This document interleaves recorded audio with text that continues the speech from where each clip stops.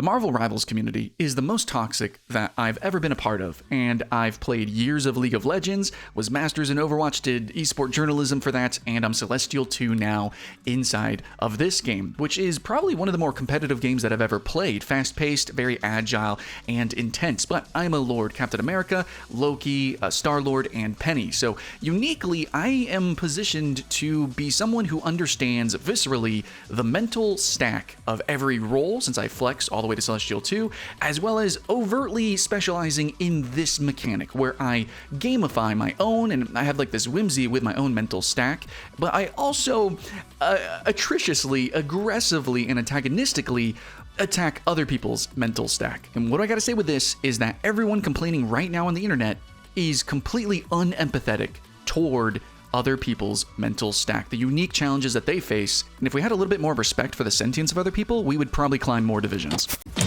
Parting is such sweet sorrow in Separation Anxiety, the video game.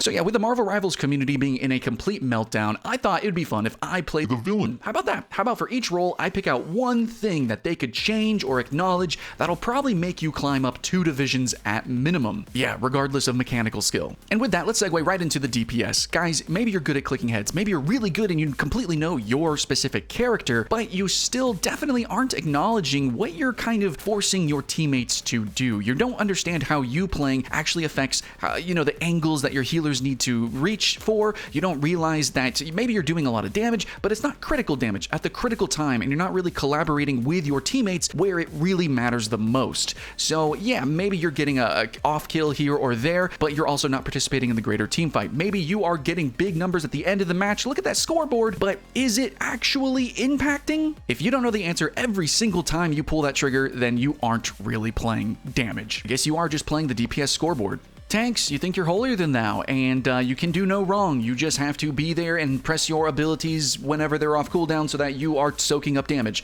No, that's not true. You need to have angles, etc., whatever, but those are mechanical things. What I want to talk about, though, is that you don't understand that there is a line of scrimmage and that you can alter this. You change the battlefield. You literally take up space and you make space. This is something you hear a lot, but I don't think a lot of people understand or truly fathom what that actually means. What it means is you need to unbind your freaking S key. I need to stop seeing you guys walk backwards constantly, not contesting, not actually aggressing, not really making those plays or giving the space to the DPS so that they can collaborate with you. If you're not thinking of any of those things, you're just walking forward as Magneto and just pressing buttons. Oh my god, or even a worse case where you're not walking forward, which is what I noticed 99% of players do 99% of the time, then you're just not even playing the tank role. You're just kind of a fat, bad DPS that's giving up ultimate. And strategists, my healers, my friends, the linchpin of the entire game. You have the strongest ultimates and debatably the strongest kits in the game, so we rely on you so much, and that's why a lot of these kits are generally mechanically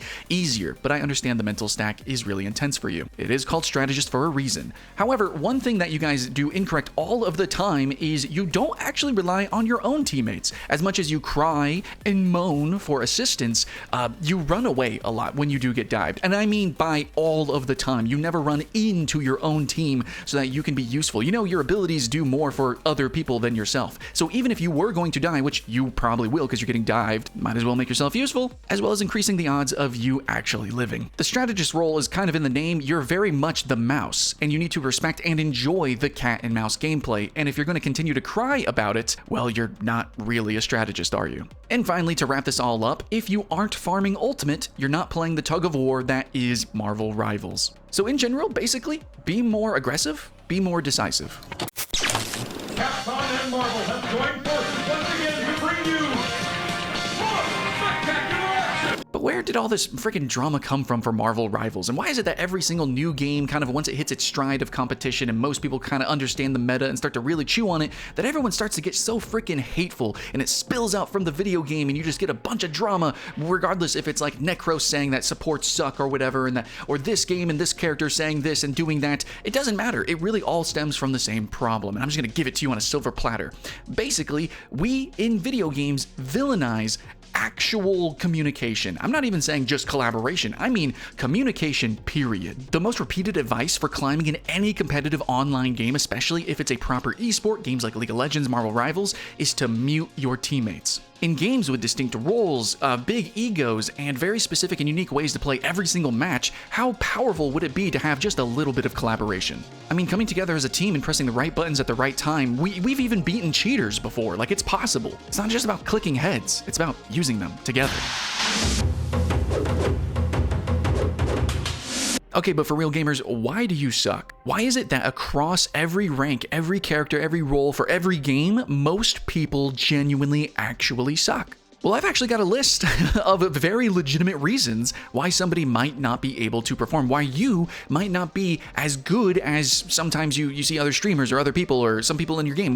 What is happening? Where's the disconnect? I actually think I know. So first of all, I think a huge reason that a lot of people downplay is that some people legitimately have better machines. They play at higher frame rates with better mice and keyboards, or really it's going to especially come down to a better monitor. And not even if you just have a high refresh rate monitor, it's got to be low latency with little ghosting. It even comes down to how your frames are actually generated. Are they AI generated frames like with Nvidia sometimes has these options, or are they real raw frames coming in? What is your latency to the server, to your machine, your Wi-Fi? Like, there is so many numbers that when they all get kind of crunched together, it can add up to a ton of latency and poor performance. And I mean poor performance. If you are playing certain characters, especially something like Spider-Man, you might see clips of people like doing some insane things that you can't fathom. Like, how do they even see them? Well, that's because on TikTok, you're only seeing like a quarter of the frames that they're probably playing at. People are literally double the skill of you because they have double the information to actually play with. So it's really important to acknowledge your weaknesses, what you literally physically can and cannot do. And that's another point, is I think a lot of people disregard the exhaustion of playing video games. It is actually a physical thing, and the way your mind operates, it is a machine and it is physical, and you can get tired in that way as well.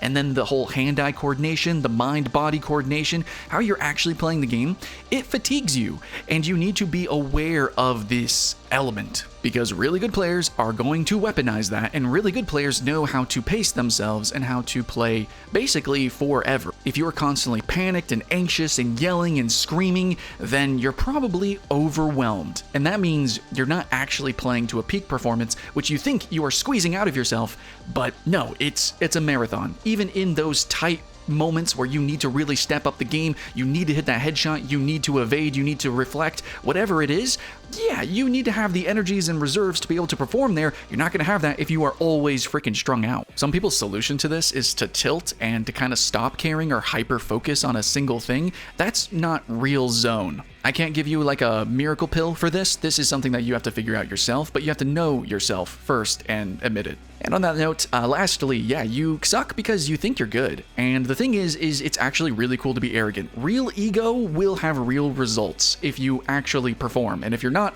well, maybe see the world from other people's perspectives and learn from that, because that's real ego. The ability to admit defeat and then keep going. Yeah, I highly recommend reading Blue Lock. He's big. He's mean. He's greedy. Legitimately, if you want to be the best of any game ever, then let me just give you my holy grail nuclear bomb of wisdom, which has always worked for me, but then again, I'm cheating. I'm always doing the weird stuff, so I'm always going to be the best at my weird thing that I do, because that's the point. It's innovation, and it's giving space for yourself. It's allowing yourself emotionally to innovate. Not to say that you're playing to lose, but you're not just playing to win, you're trying to win in your own innovative way. And that's what you should be doing. Should you be thinking about how to click heads and press the right buttons and be in the right space that is expected of you, where, the elo that you're in? No, you think you're better than everyone else. So prove it. So be it. Be that person that maybe technically you aren't right now in that moment, but create that. Have some whimsy. Be a little weird. Be a little strange. These team games with the roles and these special abilities and magical things and stuff, and it's very confusing and chaotic, but it tries to box you in. Break out of that box. Respect your own sentience. That's my advice.